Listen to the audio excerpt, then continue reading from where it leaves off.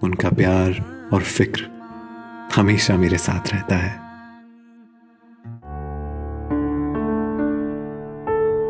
Bhushan jewellers, अनमोल रिश्तों के लिए। एक बार फिर से बहुत बहुत स्वागत आप सब लोगों का जीवन उत्साह न्यूज़ पर। एक ऐसा चैनल जो आपको आपके क्षेत्र की ऐसी जानकारियां देने का प्रयास करता है जो जुड़ी होती हैं आपकी डेवलपमेंट से, जुड़ी होती हैं आपकी जागरूकता से।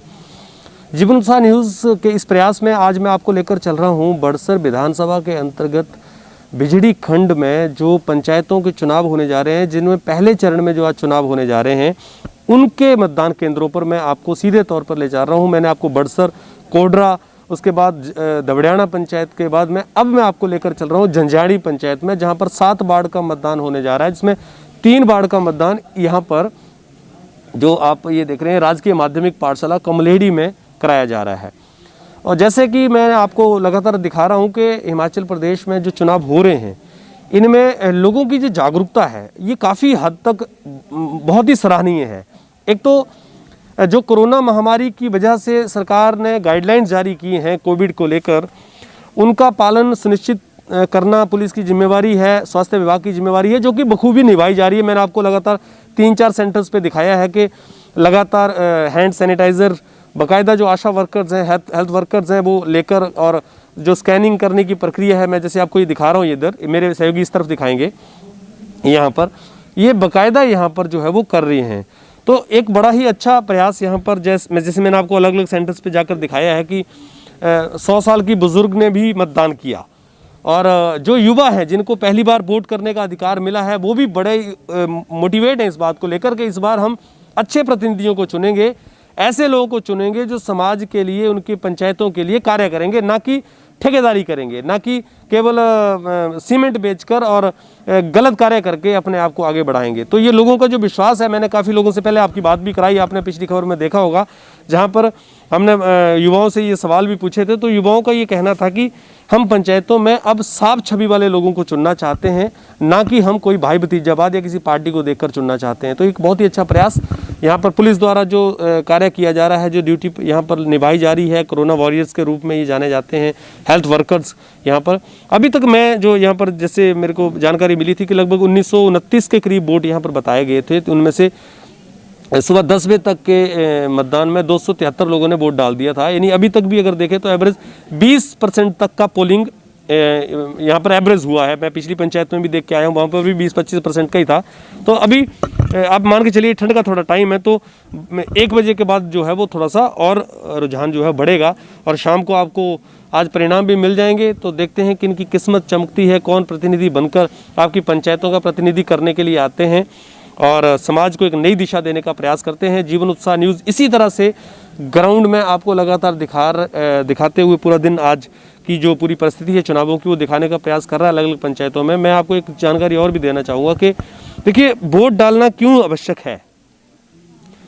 ये इसलिए आवश्यक है क्योंकि इसकी वजह से ही आप उन लोगों को चुन पाते हैं जो आपका विकास करवाते हैं।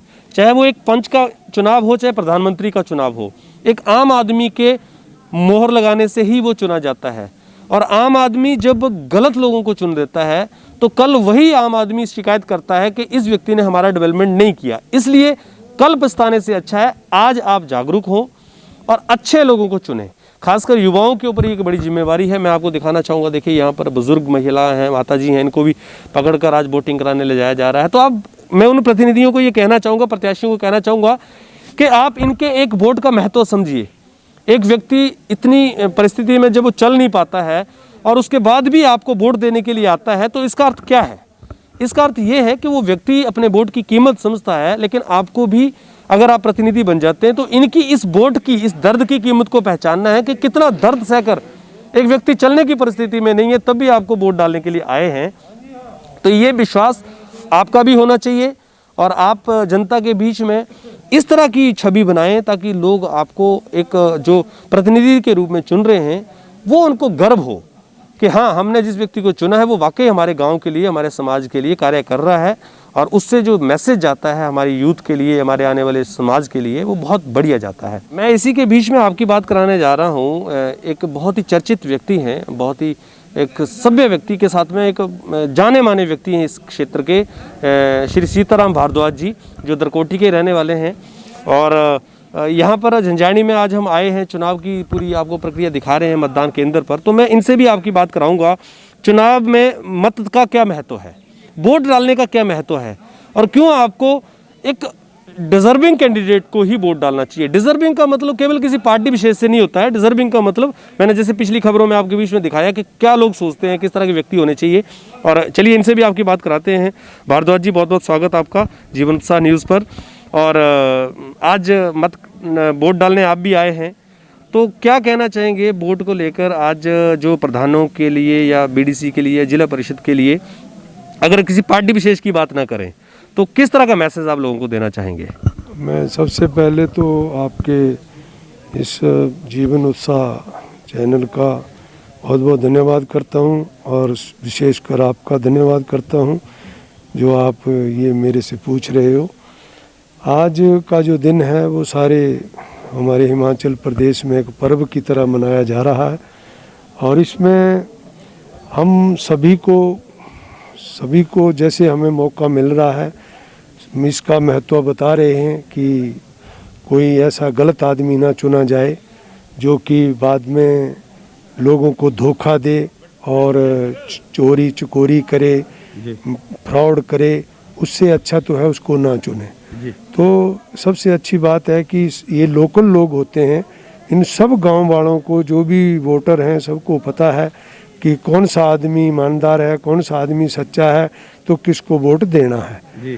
तो इसका महत्व यही है कि अच्छे आदमी को वोट दो, जो काम करे, लोगों की सेवा करे, समाज की, उसको वोट देना चाहिए।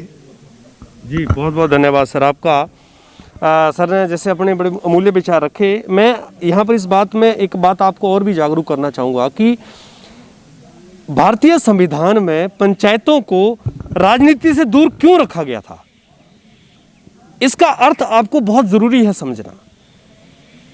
अगर स्वराज अभियान, स्वराज एक्ट को अगर आप पढ़ें पूरी तरह से, तो महात्मा गांधी जी की ये सोच थी कि पंचायतें अगर मजबूत रहेंगी और राजनीति से अगर दूर रहेंगी तो ज़्यादा तरक्की होगी। क्योंकि तरक्की आपकी राजधानी में क्या हो रही है, आपके दिल्ली में क्या हो रहा है, इससे नहीं होती है। आपके गांव में, आपके गली में, आपके आंगन में, आपके खेत में क्या तरक्की हो रही है, इससे फ़र्क पड़ता है। और ये कौन करा सकता है? आपके गांव के बाढ़ पंच। कई बार लोग बोलते हैं कि बाढ़ पंच का रोल तो बड़ा छोटा सा होता है। जी नहीं, बाढ़ पंच का रोल इस संविधान में सबसे बड़ा है। मैं आपको बताता हूं कैसे। पहले एक गांव को जब एक बाढ़ पंच प्रतिनिधित्व करता है तो अपनी समस्याओं को प्रधान तक ले जाता है, और वो प्रधान को जाकर बताता है कि मेरे गांव में ये सुविधा की जरूरत है, और प्रधान की जिम्मेवारी बनती है कि उसकी समस्या को समझे, जाने और उसका वो समाधान करे, ना कि भाई भतीजा बात करके और पॉलिसी खेल कर उसका काम करे, या उसको इस बात के लिए दबा दे कि अगर तू मेरे साथ मिली भगत नहीं करता है तो मैं तेरा काम नहीं करूंगा।